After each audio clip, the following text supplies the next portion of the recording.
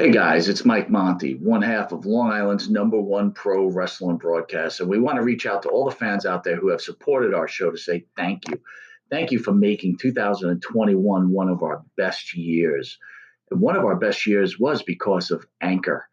Anchor, the way that you can have your voice heard. You can be just like us. Record your own podcast. Use the Anchor tools to edit your podcast. Use it on a phone. Use it on your computer. It's everything you need to make a podcast in one place. And best of all with Anchor, they're totally free. So be just like Long Island's #1 pro wrestling broadcast, Monty and the Pharaoh. We're looking together for a great 2022. We've got huge guests coming on board. Oh, yeah. You probably wonder why Jimmy's not here right now. Well, he's prepping for one of the best interviews we're about to have, and we're going to surprise someone with. So hang aboard with us, and don't forget, be like us and use Anchor. And Nitro's Garage for all your automotive needs. Call 646-675-2349. That's 646-675-2349. For all your automotive needs, Nitro's Garage. Ask for Jack. Tommy Cairo. And when I walk down that aisle this Saturday night at the ECW Arena, I want each and every one of you to rise, get up off your feet, and pay homage to my new manager, the Virgin Princess Angel.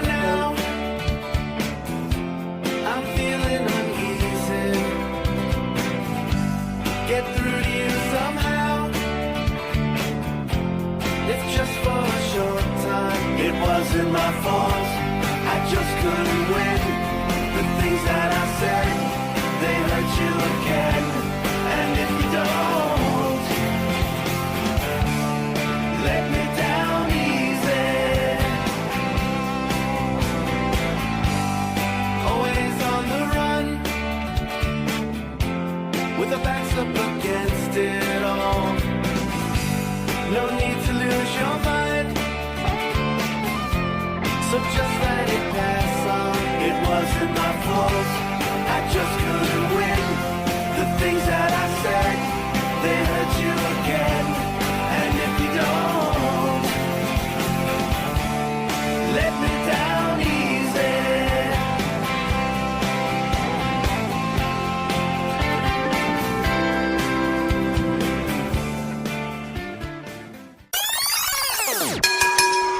Good evening and welcome to Wrestling Rewind. I am your host, Angel Amoroso, and as always, I am joined by my co-host, the Iron Man, Tommy Cairo. Got your back.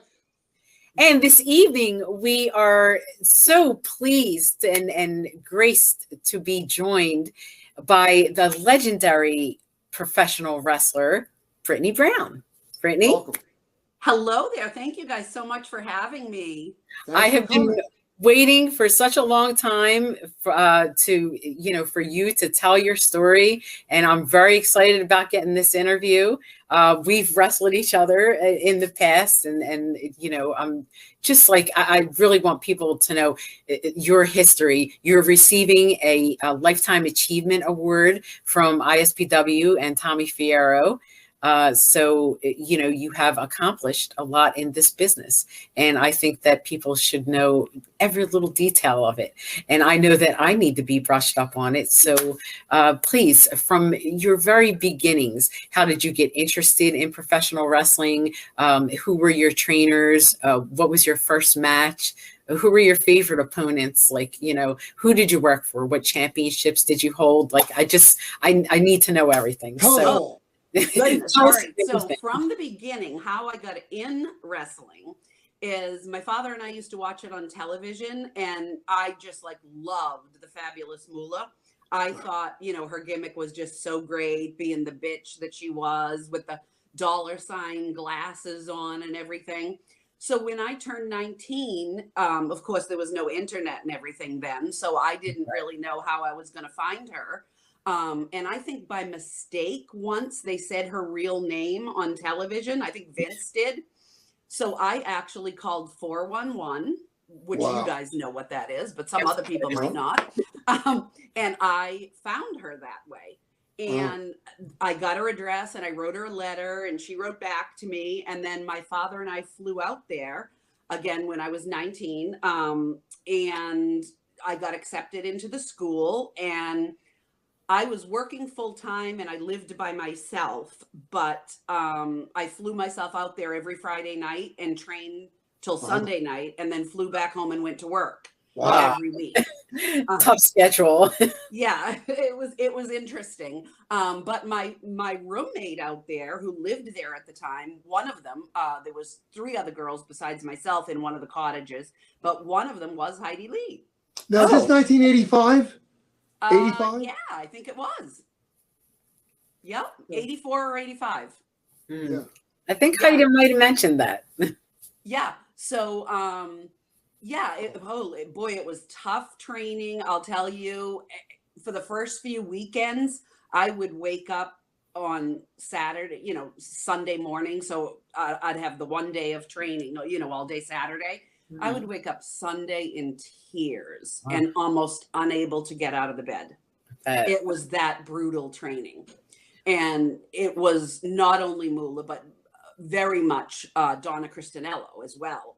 And her and I became very, very close over the years. And so that was my experience at Mula's. And I spent quite a lot of time going out there. But then the airfares tripled. And again, being, a teenager, living alone, by now I'm probably 20, 21, but living alone, one income and all that fun stuff. I said, I can't spend $350 a week going out there. It was different when it was $99 round trip on People's Express. But once that all changed, I was like, oh my God, I don't know what I'm going to do. I can't afford this, And I just happened to be getting body work done on my Mustang. And there was a guy sitting in this little tiny Porsche. And this is in Massachusetts where I lived. And I noticed him just because the car was so little and he was so big in it. And then when I got out of my Mustang to walk into the body shop, he got out of the Porsche and he walked up to me and he goes, wow, you're really tall. You should be a wrestler. I thought, that's weird because I've been going to Mula's for a year now. Yeah, I didn't say anything. But he introduced himself and he was Tony Santos. Oh, wow.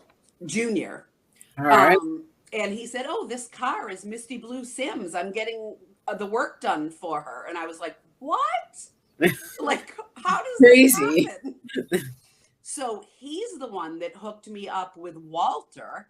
And I started going to Walter. So that was an hour and 10-minute drive each way. Nice. And I joined his school and I started training with him and pretty much spent the rest of my career there. I was his women's champion for 13 years. And he was like a second dad to me. We were very, very close. And all of us that used to go to Walter's, actually, we have a reunion now. We've been going for 7 years. Wasn't my idea. I wish I thought of it, but somebody else thought of it. And I helped put it together every year. And we all get together and we're like a big, happy family now and tell Walter stories. And the guys do his impressions and all that kind of stuff. But we're all very, Brian very Walsh? close. Did you have Brian Walsh there? Brian Walsh has come. Yeah. Yeah, he came 2 years ago for the first time because he lives out in California, and he bought a ticket last year to come. He had an airline ticket, but something happened health-wise that he wasn't able to come. So I think he is going to come this year. We just announced yesterday that it's going to be September 17th. The Nature Boy. I would like you to put me in touch with him if you could. Brian? Yeah, I'll give you my number afterward. Oh, definitely. Brittany, while you were at Keller Kowalski's, which women did you train with the most when you were in the ring?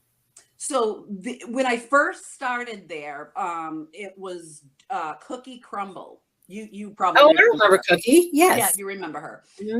And boy, I'll tell you, she wrestled in Japan and everything. She was tough. And all the guys loved to work with her because she worked kind of like a guy. Yeah, she's yeah. I mean, you know, but I have to say this, as good as she was, as experienced as she was when I first started, she did nothing but protect me. And I mean, I owe her probably a lot, because she took care of me. She made sure nobody hurt me. And even though she was like half my size, she was like double as tough. Oh, sure. Yeah, she sure was, boy. Yeah. She laid a few on me. I recall in that one show we were all on, the Battle Royal, boy. I was like, woo. Yeah. She's powerful, boy. Yep. But I'll tell you, she never hurt me. She took care of me. She made sure I was safe. And so she was the first person that was there. Now I came in just after Misty and Kat and Linda and all of them left. So basically the only one left was Cookie. And then Jamie West, I worked with her a lot. And then, you know, after that, I used to bring in people. I used to bring in like Babyface Nelly. We brought in Heidi Lee a couple times, you know, and then I worked with Rosebud, also known as Shelly Francis in LPWA. And I worked a lot with her. She was one of Walter's girls. She was great, and did really well in LPWA. We had a ball there. We had so much fun. But that's kind of how it all started, and what I did. Wow. Was Perry Saturn there when you were there? Yep. I actually am the first person that locked up with him. Really? Yeah, him and John Cronus. I trained with them all the time. Boy, do I miss John Cronus. Oh, me too. Great guy. Who was some of the other alumni that were there at the same time you were there? So Triple H was there. I was there the first day he started too. Triple H was there. Perry, John Cronus. China came in after me, and undercut me, so I left. Yeah, that's another story. Just leave it at that because I don't. You can get into it if you want to. I don't like to talk about people that have passed away. That's okay. We're moving on. Right. So yeah. You know, John and Perry and Paul, Triple H, all very good people. Always were good to me. Always were respectful. You know, after they all made it, so to speak, still treated me the same way. Just very, very nice, respectful people. I don't have anything bad to say about any of them. Well, Walter wouldn't have allowed anything else. No, you're right. He was a gentleman. You're right. Fantastic. Vegetarian too. Absolutely. So then, and moving on from Kowalski's, when you got done your wrestling training there, what other promotions did you move on to out of that area? So I worked for WWA. I worked for Dino, also WWWA, and then NWA, Dennis Corluzzo, and then EPW, Empire Pro Wrestling. There's so many of them. Mm-hmm. And then Jamie's boyfriend at the time, Jamie West's boyfriend, had he had his own federation too, Richard Burns. I don't know if you guys remember him. He was a martial arts guy. Yes. Yep. Unfortunately passed away suddenly also. That was a shock to all of us. Mm-hmm. Too young. Yep. And you know, I just work. I feel like I work for everybody, probably just like you did, Angel. Yeah, I recall you having like some great matches, like with Dino and with Dennis. Even on the Eddie Gilbert Memorial, you had a great match with Brandy Alexander. It was probably one of the best women's matches that I had seen in a long time. And even Jim Cornette had commented on it. It was just a fantastic match. And thanks. I wonder through that time, you know, who did you feel more comfortable with as you know, someone that you might have been married to at the time, working with? Like, who was with some of your favorite opponents that you had? Brandy really was one of the best. Brandy and Rosebud, who is Dawn. I loved working with both of them. I loved working with Gene Kirkland. I loved working with Heidi. I loved when I worked with you. Cookie was always fun. The most recently late Candy Divine was wonderful. Yeah, poor kid. Yeah, talk about a shocker, right? Right. She was great. I was in, I was her tag team partner a couple of times in LPWA, a couple of times for Moolah's LIWA, and then I worked against her at a bunch of different places too. So, she was always fun. I worked against Wendy Richter, Judy Martin, Leilani Kai, I feel like everybody, Let me stop you right there because we have that in common. Wendy Richter, we both work for NWF, Mike Dano with Wendy, and how'd you feel about working with Wendy? Because I know a few things that were said about you and her and working together. So I'm just interested in how you felt about working with Wendy. Well, she was very stiff. Big too, right? Very, very stiff.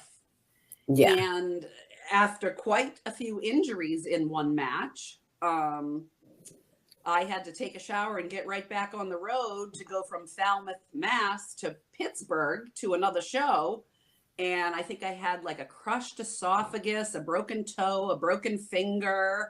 Yep. And my manager at the time, she busted his head open and he had to go to the hospital and get like 35 stitches. Wow. Yeah. So some people have great experiences with her and other people do not. I know personally, she, after I told her I had food poisoning, unfortunately, that I got from a night before we were on a tour in Canada, and she stomped my stomach. Oh, nice. Threw up all over the ring. So Wendy, great but I did learn a lot from her. So, I take nothing away from her, but there's a lot of stories going on around about Wendy. And I don't think she liked that you were, measuring up to her in size. She gave the potatoes to the wrong people because she got beat up by Moolah and was mad. I know. Right. Right. Well, there was also a problem too, and I didn't know this until I got there. I was a little pissed off, I guess. Mm-hmm. I found out that Walter contacted the promoter and told the promoter, who was Jules Strongbow. Oh, I know Jules. That because I was Walter's champion, I couldn't do a job. And that didn't sit too well with her. And in reality, I don't really blame her. Well, yeah. Why would anyone do that? I was a little surprised that he did that. I also get where he's coming from too, because he did have shows 2 to 4 times a month, every month, 4 years, and I was his champion. But let's be serious, we weren't on television. Okay, right. So for me to go do a job somewhere else, it shouldn't have mattered, but it did, and I think that's why she treated me the way she treated me. And unfortunately, my manager as well. I felt really bad about that. I mean, he managed me a lot. He was just a guy from Walters. We became good friends. Mm-hmm. He loved what he did, managing. He was really good at it, and he was dying to come with me against Wendy. He thought that was so cool, and look what happened to the poor guy. Mm-hmm. Well, who was going to book that finish? Who's responsible for booking the finish? Jules. Okay, so my question would be then, did she have a problem putting you over, or she had a problem with someone calling and telling? She would not put me over. Well, so what they did is she pinned my manager, which is the stupidest thing. Yeah, right? Exactly. Wow. That's what I said too. I said, okay. And so, she won the match and they raised her hand, but she pinned my manager. No rub for you. Okay. So, I know that there was some Wendy stories. So I kind of wanted to get that one out a little bit. And so moving on to LPWA in those years. What years was that again, Brittany? So that was 1990. I only went there once. I think I had 6 matches. I enjoyed every one of them. I was told they wanted me to come back, and they wanted to, because I think of my size, being 6 feet tall, they wanted to put me against Sue Sexton, who was the champion at that time. And they wanted us to have a little run. But they were not happy with my attire. You could have changed your attire. nonsense excuses these people have. But it's good that you mentioned that, because I actually wanted to ask you many changes that you went through in your career with different attire, and from flipping from being a baby face to a heel, and back and forth. Which did you prefer? Well, I think I only babyface twice in 30 years. Oh, wow. So I was definitely a better heel. I enjoyed being a heel. It was more natural for me, which is probably not a great thing to say about myself, but I think I did a better job. And Kowalski actually agreed. The one time he asked me to face against Cookie because, of her look, I don't think she could ever be a face. Right. It didn't work well. The crowd didn't buy it. We didn't feel comfortable. But as for my attire, I always, as you probably know, Angel, I always wore a full body unitard. Yes. And I usually either drew them out myself or took recommendations from Adrian and Linder, and they made some. Always awesome stuff. Always. Awesome stuff. Yeah. But what the problem with my gear is that they didn't want it to have legs. They wanted me to be in, like a bathing suit type of thing, like the old fashioned stuff. And I said, no, this is what I wear. And so then they told me, and this was a good one. They said, well, the only reason we want you to switch up your gear is because, a few girls said they slid off of you, the shiny tights when they did a monkey flip. And I said, well, that's all well and good, but I remember every move in every match, and there was no monkey flip. Well, wait, did they want you to be bare-legged? Yeah. Because, this is amazing that you're saying this, because we were talking to Heidi about this. And actually, when she started, Heidi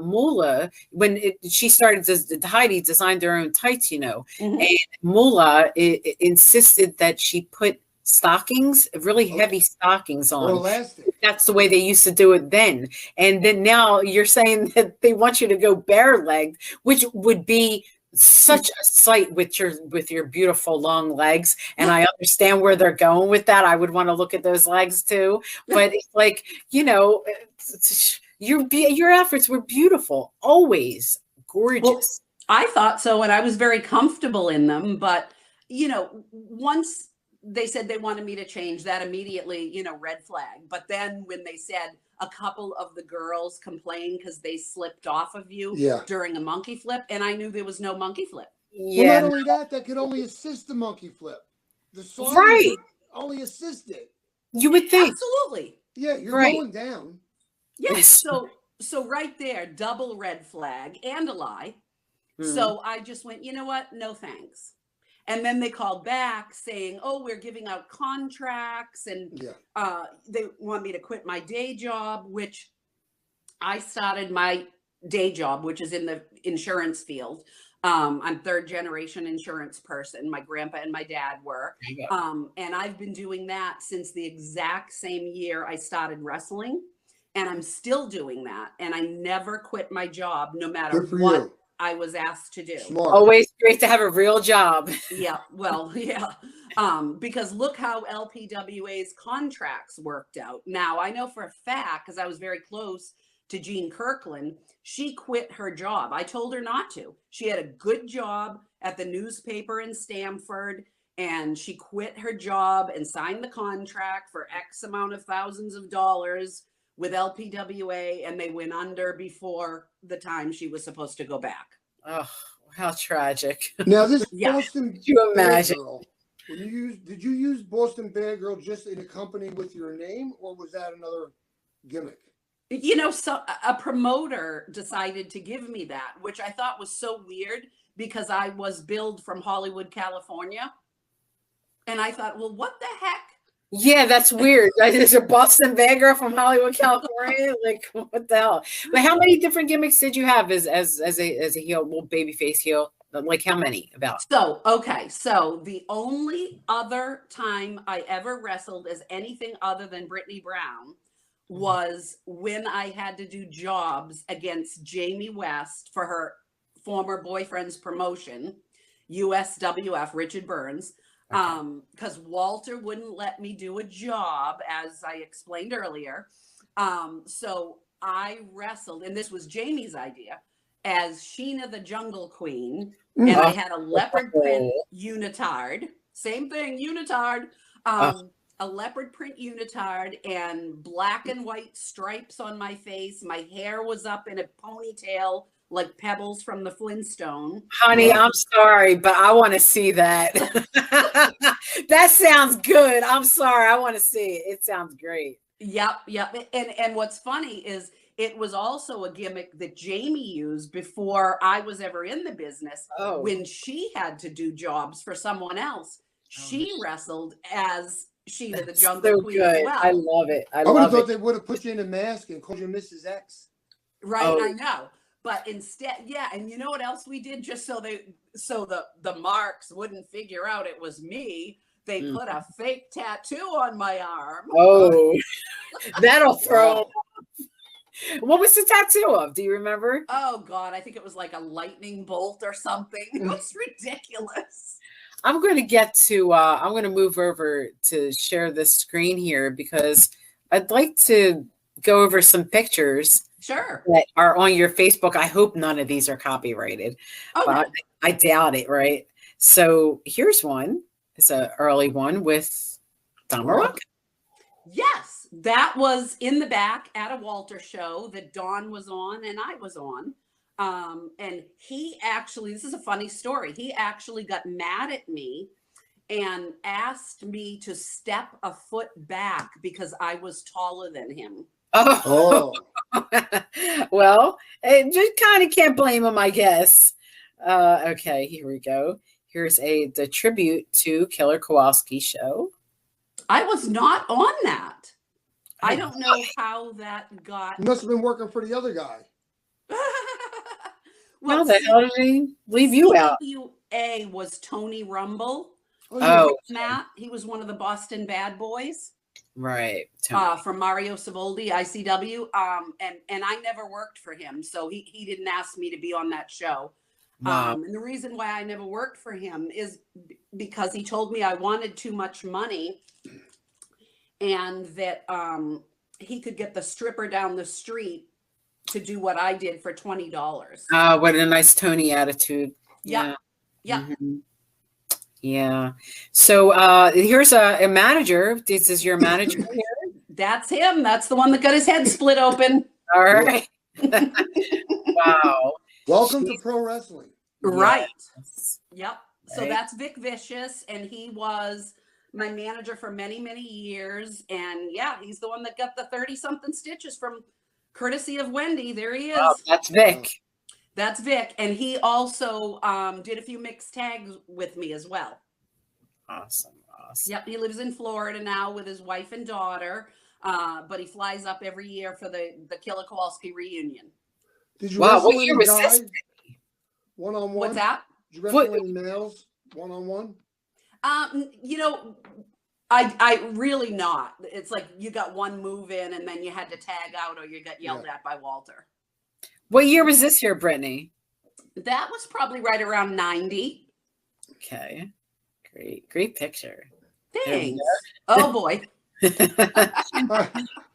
Was this at a Cauliflower Alley? That was actually at a Moolah show, an LIWA in Vegas. And there was a woman in the back named Kathy. And I think she had something to do with Dennis Coraluzzo. I don't know what. Okay. Yeah. Kathy Fitz, right. And she was being a real bitch back there. So that was what I was doing to her. Oh, okay. I think we've all done that to Kathy, actually. She had no reason for her to be back there. Exactly. Not at all. Well, exactly. There was a reason for some people, we would imagine. Yeah. And then we move on to these great tights. Oh, yeah. So those were only for the photo because I think maybe twice I wrestled bare leg, but that was only for the promo photo. And I signed that to Rich Lannon, who was one of Walter's referees. Yeah, those long legs. It looks like it would have been a good outfit to wear. It probably would have been, but the slits that were in them, I wouldn't be able to wrestle with all those slits in the front. unless I had something on underneath, because it wouldn't have worked out too well. Now this is a picture of the Fabulous Moolah's camp. This was every woman that ever attended Moolah's camp. I would imagine. That's crazy. I thought I saw a picture of Mildred Burke in there, which kind of would actually be in reverse, I guess, because Mildred Burke actually trained Moolah, right? Right. Yeah, that's kind of strange. Yeah. So I don't know why she's in there. Yeah, but, that's weird. Here we go. Here goes a Killer Kowalski shot there. Oh, yeah. Johnny Valiant. Yep. Don Johnny Morocco. came in quite a few times for Walter. You and Killer. Yep. That was at the Cauliflower Alley Club.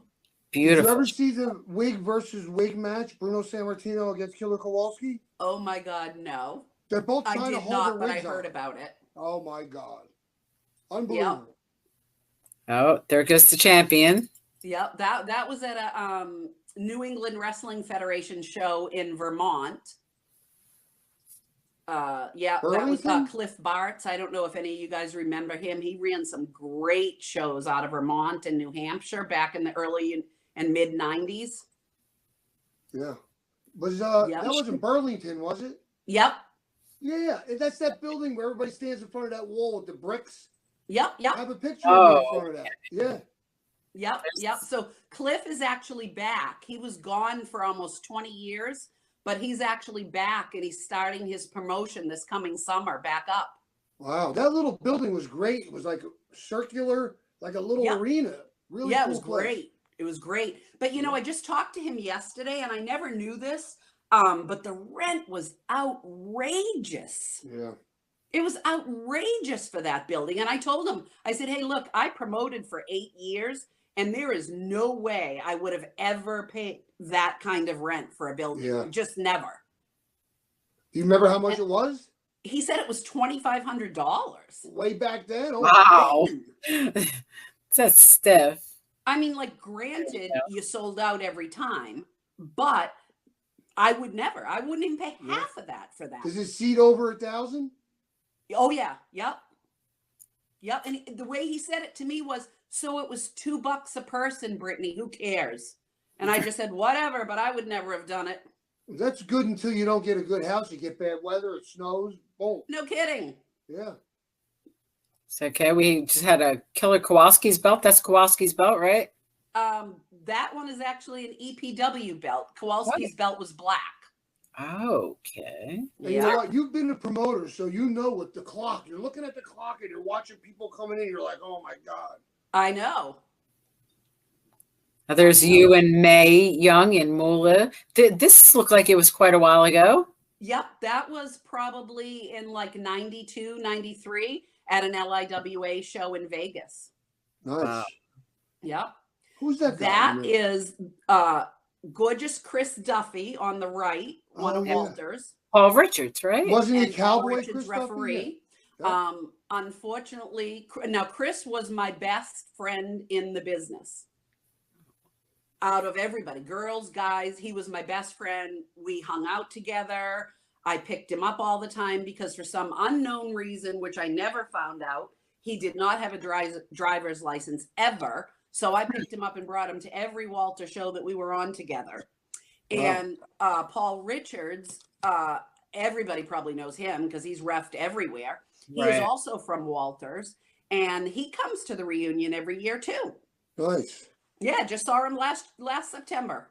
Did he ever wrestle, Brittany? No, he did not. Amazing, because he was always in such amazing shape, He was, and he still is, believe it or not, and he's older than me. Oh, I bet. Yeah, he looks great. I always thought he was a worker, always. Chris Duffy had a cowboy gimmick too, didn't he? He did, yep. He was Cowboy Chris Duffy, yep. Was it kind of gay? Well... flamboyant. So after the cowboy gimmick, what he did is he came out singing to Barry Manilow, and he would sing off key. So yeah, you could look at it that way. Okay. And they called him Fluffy Duffy, and they used to chant that in the crowd. Oh boy. Yeah. Well, that about says it all, right? Yeah. There's you and Nikolai. Yep. That was at a Cliff Bartz NEWF show in Vermont too. Nikolai. Here's a great shot here. About what year is this? LIWA Vegas for Moolah. Awesome. I had a match against Brandy Alexander. That was great. She was such a good worker. Who the hell is that? It's a big guy. That's the Warlord. Warlord. Yeah. Oh, Yeah. wow. Yep. Terry came in a lot for Cliff and also for Walter. That's my dad. Oh. Yeah, if anybody knew me, and that's Walter's belt, by the way. If anyone knew me, they knew my father too, because he never missed a match in 30 years. Awesome. So he was supportive then. Very. What about right in the beginning, before he saw what was going on? In the beginning, he was totally fine with it. He loved wrestling. He was such a wrestling fan, and he thought it was the coolest thing ever. Awesome. Oh. Yep. And him and Donna really hit it off when I first went down there. They sat there talking about how they both smoked, how they both had arthritis, and I thought, oh God. But yeah, they really hit it off and had a ball. See, my father didn't get involved until other people were telling him, "You got to see your son." Then all of a sudden, he jumped on the bandwagon. Where were you before? Yeah, exactly. That's how my sister was. She did not support it whatsoever. In fact, she was ashamed by it. Until all the executives at her bank, where she was vice president, she found out they were all wrestling fans. So yeah, that changed everything. Would she be embarrassed again? Would she be embarrassed if you were an actress and you played a mean person? No, I know, right? No, it was just the fact that it was wrestling, and some people looked down upon it, and she was one of them. Until she found out all the people at her bank loved it, then it was a different story. Oh, my sister, she's a wrestler. Exactly. Yep. So this is another year, I would guess, of Cauliflower Alley. Now I recognize Mae Young and Moolah, but who's that behind you? Okay, so what that is, that's an LIWA event. Mm-hmm. Mae and Moolah, a different year, and that girl is Angie Janae, and she was one of the nicest people I ever met. I stayed in touch with her for years, and then I lost contact with her. But she is the one that had her nose broken by a very inexperienced Joni Lauer. Wow. At that show. Wow. She looks like what's her name? Miss Elizabeth. I was going to say that. She really does. Facially, yeah. Yep. Oh, there's a Brittany with the fringes. Yeah, there's a Brittany with the fringes, and that is the least favorite photo of me that I've ever seen, because it makes me look like I have huge hips, and that's from a magazine. And I was like, thank you very much. Did you have to make that up? It's just the magazine right here. Yep, that's the magazine. Every time I see that photo, I go, who did this to me? It's the worst angle ever. Oh, shoot. All right. And then we got, this is a great angle. Wow. Yeah. Oh, that one was taken by Dr. Mike Leno. Beautiful. You guys must know Dr. Mike. I know yes. Mike Leno, yeah. Oh, yeah. So he took that photo at the Cauliflower in Springfield, Mass. This is a great picture. That one there is from a different LIWA event. And that's the one that Bull Nakano and Akira Hokuto came in for. All right. That was a great one. That was really, really good. Were you an officer yet at the Cauliflower Alley, or was that later? I was an officer. Okay, cool. I was the secretary. Nice. And there's you and Dawn Salvi? Yep. Dawn Francis back then she became Dawn Salvi, and that's Vito Carlucci, which is one of Walter's managers. And that was his first night managing someone. He was overheard telling Walter that I'll manage anyone you want, but I don't want to have to manage those damn girls. So because he said that, Walter made him manage me. And that's why he's getting the finger. Good. Creepy. And here's a great shot. Where's this from? That's from LPWA. That's a screenshot from television. Wow. Yes. Yeah, that I believe is one of the two times I did not wear a full body unitard, and that was against Mimi, Magnificent Mimi. Oh yeah, we remember her. I like the star gimmicks in there. That looks good. Yeah, isn't that cool? Yeah. That's a Walter show, a mixed tag from Middleborough, Mass. That was fun. Always a good house. And that was from NEWF. And that partial person is actually Cliff, the promoter, who billed himself as the manager of champions. So he managed all the champions. There we go. That's a nice shot. Yep. Great. That's I think I another saw one. these, and did I see these in some magazine? That's a great picture right there. So that photo is me sitting at my desk at work. I have no idea how that got in there. Oh. That was taken by a coworker at work. And I was like, hello? Oh, boy. He was probably trying to sell them on you know. Right. Is this in the training school? That was actually before a match. We were doing some still photos for a guy that asked if we would do a photo shoot for him. So we got there an hour early. That was for Empire Pro Wrestling. And that's Ramblin' Rose, who is another Kowalski student. Okay. Yep, she was great. And there's Are these tag team belts or separate belts? No, those are separate. And that was in Canada, actually. Peterborough, Ontario, Canada. Now, who's the girl with you? What's that? Who's the girl with you? Brandy Alexander. Oh, okay. Yeah, she was really good. She was, yeah, she was excellent.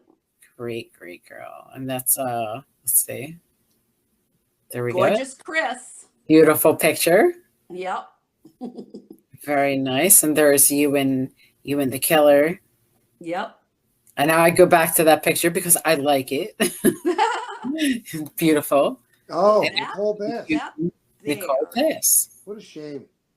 Oh, I know. So that was actually for my federation, which was WWA World Wrestling Alliance. 1999. And we brought in Mark Henry and her that night. And she was great. Wow. I worked with her. She was wonderful. So you opened that up in 1999, right? Yeah, 99. Yep. All right. So at that point, you're still actively wrestling, right? Yes. Okay. Now your roster, is this your roster here from Nevada? I see, let's see, Joni Lauer and Mae Young and Moulin. Yeah, and there's Bull Nakano and Akira. Yes. Oh, Andy. Great stuff. Yep. So how many shows? Liz Chase next to me. How many shows did you run out of that? I only ran, that was their show, LIWA, but they asked me to book that particular show. Okay. And I told them, that was the one show I told you about that Joni broke Angie's jaw. Oh, yeah. And I told them both that she was not ready to be in a singles match and that she should only be in the Battle Royal. And that's the only thing that they stepped on my toes about. Everything else they agreed upon. But because Pat Patterson was there and wanted to see Joni work, they let her do a singles match against Angie, and she broke her nose, and I think she cracked her pelvis as well. Oh, jeez. So how long did you run the WWA? We ran for 8 years. Wow, that's awesome. Good for you. It was great. Whole different animal, isn't it? Oh, my God. Unbelievable. Did you guys have like your tag team champions and all that and belts? Oh, yeah. Yeah. Titles? Sounds exciting. When was it that you were involved in music? Oh, that's cute. When was it that you were involved in music, Brittany? Oh, yeah. So I used to sing for I had a band, or I was in a band. I shouldn't say I had a band. I was in a band. I used to sing. I used to play drums, but that goes back way before wrestling. Oh, it does. Okay. Oh, I'd like to see some of that. Oh, I know. That's awesome. I love it. You were involved with some pretty heavy players, though, weren't you? As far as singing goes, AC/DC, were you involved with those people? AC/DC, no. I thought I read something to that effect that you were involved with a couple of the big bands somehow. I'm pretty sure I read that. Oh, you're probably talking about when I used to do music videos. Yeah. Oh, I did music videos. Yeah, for Queen. That's what I remember. Yeah, AC/DC. I did 11 videos for them, and I did. Guns N' Roses. Guns N' Roses. Yep. I did a couple for them. I did several. several. Brittany, you're kidding. What Guns N' Roses videos were you in? November Rain. Oh man. was one of them. And I was in like a whole bunch for Aerosmith because they were all from. Oh, my tell me awesome. which ones. I want to go look for them. I'll send you links. Everything. Yes, please. I'd love to see this. But Yeah. let's see, Aerosmith, AC/DC. This is quite the list. So there. Guns N' Roses. Guns N' Roses, unbelievable. Yeah, no Is that great? AC/DC though. I didn't do them. Queen Yeah. is incredible. Yeah, that's actually how I started. I was going to modeling school as a teenager. And you know how modeling school has a book with everybody's photo in it that they're teaching how to be a model. So I was like 15 and a half at the time. And Freddie picked me out himself. Wow. So he flew me from Boston to England. And my father went with me the first time. And then after that, his sister became my guardian on paper because my father couldn't leave his business every time that I went to do a video to go to, overseas. So she became my guardian and she had to fly here and then fly back with me until I was 18. Wow. And I worked with them until he passed away. And it shares a lot of similarities with wrestling. Yeah. You know? It's Yep. entertainment, you're on the road. Yep. That's quite incredible. That's I had very no important. idea that you had a background in modeling to such an extent to be in videos. I mean, have you done films or been involved in any other sports like other than wrestling or? Nope. I mean, the only other thing I ever did was I was a professional bowler. Wow. And that was before. That's a sport. Yeah, but that's a little different story. So my uncle was the United States candlepin champion in like the 50s before I was even born. And he owned a bowling alley. So like as soon as I could walk, I learned how to bowl. So Wow. from 2 years old on, I bowled. And I was in every single league there was. I used to get off the school bus at the bowling alley and, bowl all the time. Like there was no way that I couldn't be good because I bowled every day. And I was in every league. I was in the girls' league, the teenage league, the women's league, then the couples league with, my ex-boyfriend and, just all of that. And so at the beginning of my wrestling, I was doing bowling tournaments at the same time.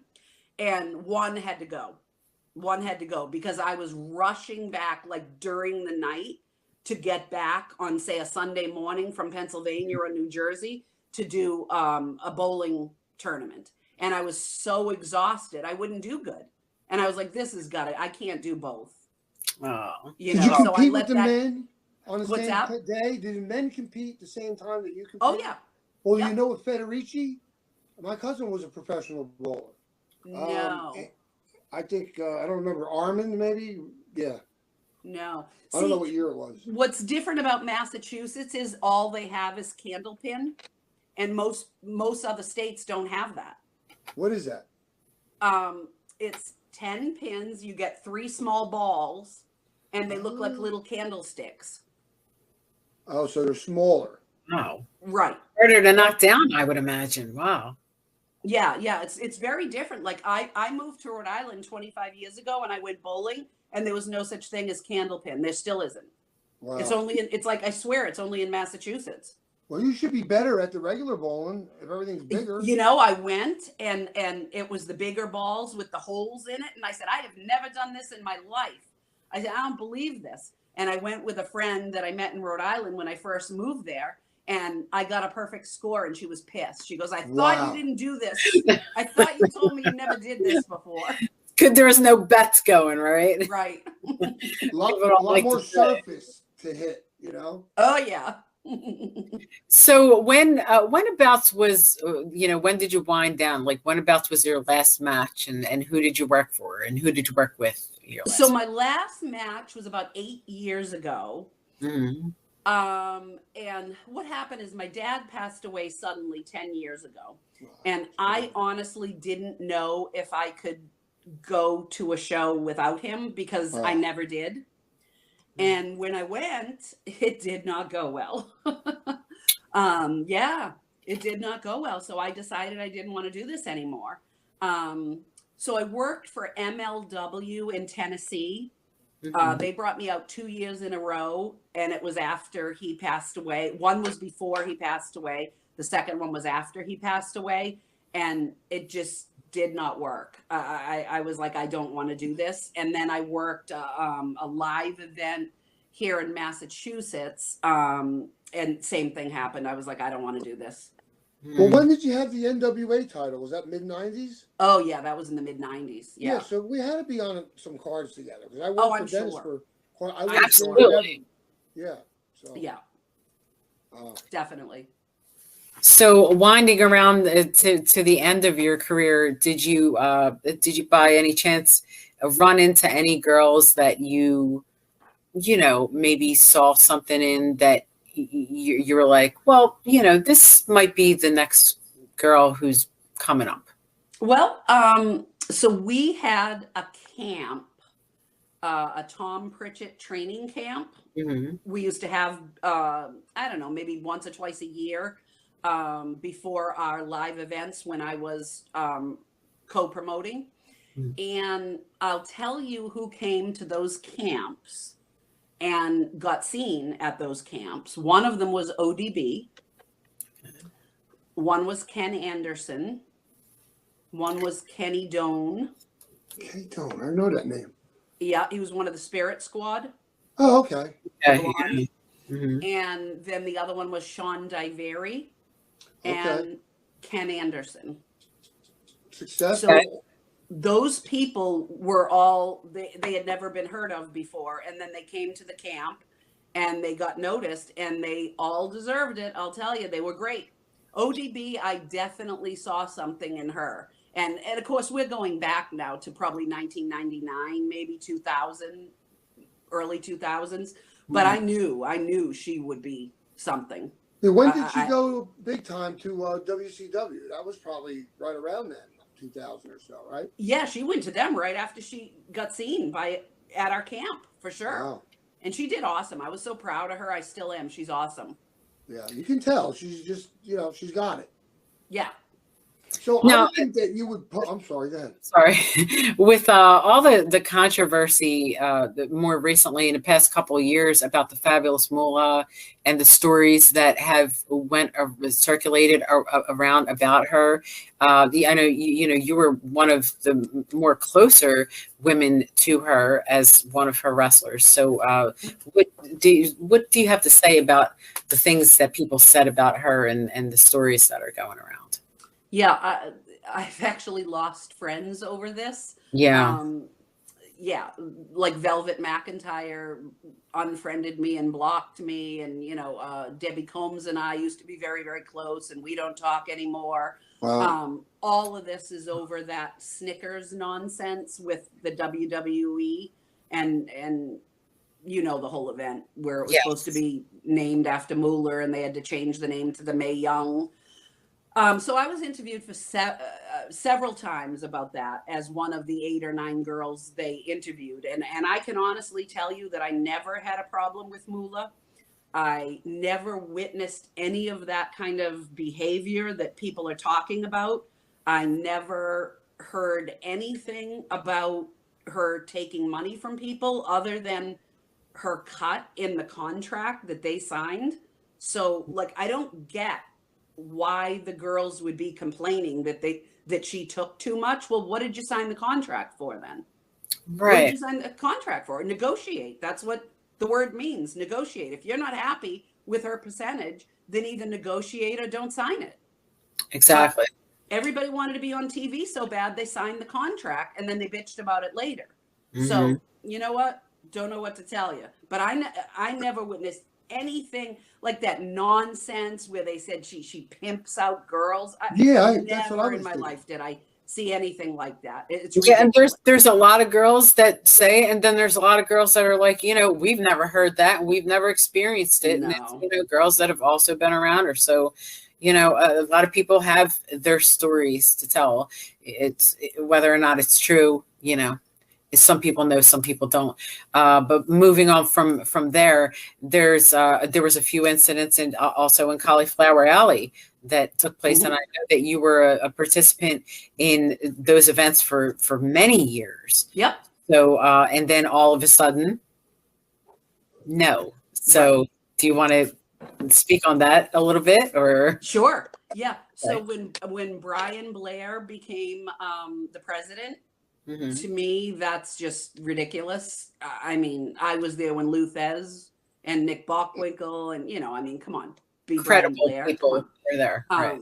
Little ridiculous to me, and the way I mean, he allowed at a cauliflower event, he allowed girls to sit up on a stage and discuss the Moolah incident. Oh my God. Are you kidding me? That was one of the events, quote unquote, at the Cauliflower Alley Club, to sit there and bash Moolah. That's not the normal, event scheduling, is it? Like, it's bash hour all of a sudden? Yep. So Horrible. I have absolutely nothing to do with the Cauliflower Alley Club. Never will again, as long as he's involved. But I don't think there'll ever be a prestigious organization again, because I think he has successfully ruined the credibility of it. What a shame. Yeah, because it was What a really shame. good. I mean, back when I got my award, I was like, wow, this is like the biggest honor ever. I got an award the same night as Gorilla Monsoon and Pedro Morales. Like, why am I up on this stage with them? Seriously, I was so honored.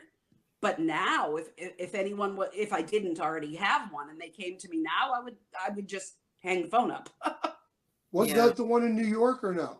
Springfield, Mass. Oh, okay. Yeah. That was the one in '95 that George Napolitano, I think, brought to. Oh, right. I was first there. time on the East Coast, I think. Actually, Springfield was the first one on the East Coast, Springfield, Mass, and then afterwards they did the one in New York, which I went to with May, Moolah, Katie. Yeah, I was there. I must have I sat at Moolah's table. I did too. All right, didn't she have a daughter or some young girl there? Or was that you? There was probably Brittany. Some young, sexy chick sitting there. You didn't even recognize. I was with May Mueller and Katie and Brandy Alexander. And I think, what was his name? There were brothers that sat with us. Dawn. Workers? Somebody. Harris? No, John Harris? I think it was Mark Lewin. Oh, Batten. Oh. They weren't Mark Lewin? Mark who? Mark Lewin.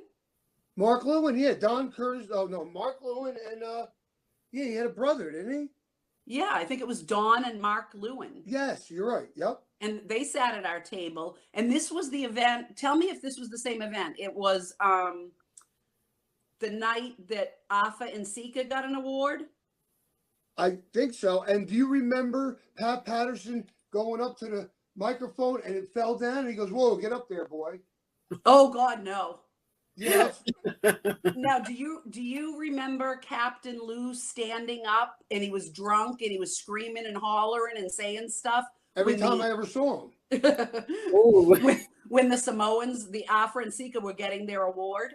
No, I don't think the Dudley boys got their awards that night. That was the one in New York. That was the one in New York. It sounds like quite an event. Yeah. Yeah. Well, you know what? I was sitting back to back with Albano, and he kept interrupting Afa and Sika's speech. And finally, because when I get drinking, right? Finally, I stood up, and this room was packed. There was 300 people there. I stood up and just said, "Will you shut the F up?" Oh, good. Nice. And the look on his face was absolutely, he was in shock. Hey. And I got to tell you that May and Moolah were kicking me under the table. Really? I don't know whether they were kicking me laughing or kicking me in disapproval. I don't know. But somebody had to tell him. I mean, it was just so disrespectful. Yeah, that is horrible. That's pretty. Yeah. To me, it's like you're getting an award from this once prestigious organization. Their whole family was there. The ones that are wrestlers now, they were young kids, and they were so proud of their fathers and all this. And all he kept doing was interrupting it and saying stupid shit. Yeah, once he got drunk, that was it. Awful. We got rained out and we're sitting in an upper clubhouse on the field waiting for the rain to stop. 2 hours we were there. He told a joke every minute and got every ethnic group. I'll tell you what, he kept the whole place rocking for like 2 hours. I bet. And he just kept going around and around. Unbelievable guy. Nuts, really nuts. Yeah. And, you know, sometimes it was funny and sometimes it was just, you know, not the right timing. Yeah. It's not funny when you cut your head on the way to the ring and you haven't even got hit yet. And the curl that was on your forehead is now on your chest. You cut right through it. Oh, goodness. Crazy. You know, that doesn't sound cute at all. Wait until I send you into the pole, maybe. Did you trip on the way into the ring and hit your head on the pole? How are you bleeding already? Right. Boy. So, in close, just a question about current events. What is your opinion on the current state of professional wrestling, and particularly women in professional wrestling? So I'm actually really glad to see so many women on television, so many women out there. I'm so glad that Vince finally allowed it to not be divas and TNA and mud and jello matches. Yes. Because to me, that was ridiculous in the diva, quote unquote, area. Now there's people like Charlotte Flair and all of them that are legit. You know, it's not just TNA, because that's the stuff I couldn't stand. And I'm really happy to see AEW, the women there. I'm so happy. I don't watch WWE. I do watch AEW, and I'm very happy that they're a thing now, as I'm sure you guys probably are too. I'm so happy that women's wrestling has become what it is now. Have you seen Miranda Gordy? I have not seen her yet, but I've heard. She's awesome. Let me tell you something. Great. You could tell when I got an award like you do with all my guys, the same, you know, all the guys I travel with. And I met her there, and she must have wondered, like, who's this guy? I told her, I said, I'm glad to meet you. One thing I said, I was a fan of your dad's, and that's the end of it. And I moved on. I said, you can tell without knowing who you are that you're somebody. You come in the locker room, you have a certain command about you. All these girls that are in here, they better be taking notes, because this is the way to conduct yourself. And then you got Tessa Blanchard, who I'm not crazy about her attitude, but she can work her ass off. Yep. So you can't take that away from her. I totally agree. Yeah, I'm very interested in seeing Miranda. I haven't seen her work yet, but I've heard really good things about her. And I've seen and heard exactly the same as you on Tessa. Yeah. I haven't had the opportunity or the inclination to tell anybody that in a bunch of years I've been back involved. Very rare. You know, like Bull James, you know him? Yep. Well, he trained at my school, and I didn't even know it when I saw him. And Tommy Fierro came to me and said, the kid's a little upset. I said, about what? You didn't remember him. I said, he was 14 when how am I going to remember him? He was 14, you know, and he's huge now. Wow. There's not a lot. If they came from the old school, like Andrew Anderson, he was brought up with Manny, Mike Gunner, same thing. They got it. They got it. At the tail end, they were brought in by the right guys. And if you don't have that, that's what's missing today. You know? Yep. There's no, you can learn all the flip-flop moves, but who's teaching you the rest of the stuff? Exactly. You know, how to get along with people and how to have grace and class and whatever. No one actually teaches you that in wrestling school. You got to kind of just develop that on your own to get along with people. But it's great to know that the newer girls are, you know, some of them have developed the grace and the class to be able to present themselves as not only good wrestlers, but as ladies. And I think that by watching ladies like yourself, Brittany, and ladies like Heidi Lee Morgan, that a lot of those ladies either have learned from you or should look to you and your past to learn from you, if that's what they're trying to get at, the position of conducting themselves as a ladies wrestler and a real woman and a professional, a consummate professional, and a champion if they deserve to be. Well, And thank you. That's so sweet of you. You're doing a public service, you know, whatever you want to call it, service, because your words and your experience and this is what we need to be told, and these kids have to learn, hear a name, be interested that in the interview you did, and then go look you up and then see your matches. And this is what we need. We need people to get back. No more, you don't know who that is, and you don't know that. What are you kidding me? You don't have to have lived when Babe Ruth lived if you play baseball to know who he is. Right. No excuse, learn your history. This right here is pure wrestling history as far as females go, and it's just been so great having you here to tell your story and find out things that I didn't know about, and I'm happy that we had you on to find all that out. Anything going on coming up? Of course, the Lifetime Achievement Award we have coming up, that ceremony. I hope to that. And is there anything in closing that you would like to say to your fans, or have anything to advertise, any kind of social media outlets or anything? Well, if anyone wants to check me out or say hi or whatever, I'm on Facebook, as we all know. And I most likely am going to be helping the New England Wrestling Federation when they come back this summer. I actually have a meeting with the two partners a week from today.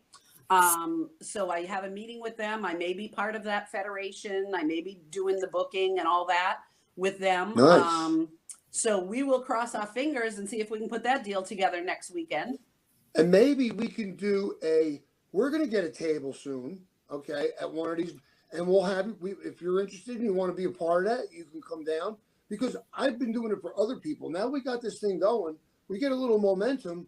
We'll get a table. Wrestling Rewind will be at Philly, whatever. Excellent. Brittany Brown, Angel Amoroso. We have a segment show coming up called Wrestling Roundtable, of which I would absolutely love to get you and maybe Heidi Lee on, and we could all just sit around and talk about, dirt and promoters and works for me. Anything goes. So anything goes. Yes. We're just gonna excellent. Shoot the shit. I'd love it. Can't wait. Nobody else is here. It's just us. Well, in closing, Tommy, do you have anything to say to Brittany? I want to say that once again, I'm blown away because there's very little that I don't know extensively about. And of course, I've heard of you. I know we've been in the same place at the same time. The more I sit here, the more and seeing your pictures, you look familiar. But anytime I can learn something that I didn't know about a person who has built the foundation by the building blocks that led everybody else after you to be able to do what they're doing. So hearing your story is going to help some young people start to understand that you got to know the history. You got to know who these people are. Don't be in a locker room and somebody says a name that you should know. And what? There's no reason for that. Exactly. I don't understand how you're not anybody that's in the business. Most of us didn't get in there because we had no choice or were forced into it. We were fans from the beginning. I don't understand how you could be in this business without being a fan from the beginning. Exactly. So maybe that's the problem today. Is it's watered down. It could be. Oh well, I know a guy. He goes, well, I really wasn't into wrestling. What the hell are you doing in this business? I agree. You're funking it up. That's what you're doing. What are you gonna do? Well, with that said, you are a true legend in professional wrestling, Brittany Brown, and we're so happy to have you here on Wrestling Rewind. Thank you so much for sharing your story with us, and we hope that you'll come back real soon. And thank you for joining us, the audience here on Wrestling Rewind. And I know you've enjoyed this interview with Brittany Brown, as we did. And please join us back every Sunday at 7 p.m. on YouTube on Monty and the Pharaohs Network, and where we will be coming back with Wrestling Archives, Wrestling Roundtable, Spirit of 76, and a bunch of other programs. So stay tuned, like, share, subscribe, and get all notifications for when we're coming back. And until the next time, for myself, the Virgin Princess Angel, and my co-host Tommy Cairo, and our guest Brittany Brown. Thank you, Brittany. Thank Have a you. nice night and a nice life. Thank you so much. Thank you. Bye. Bye-bye.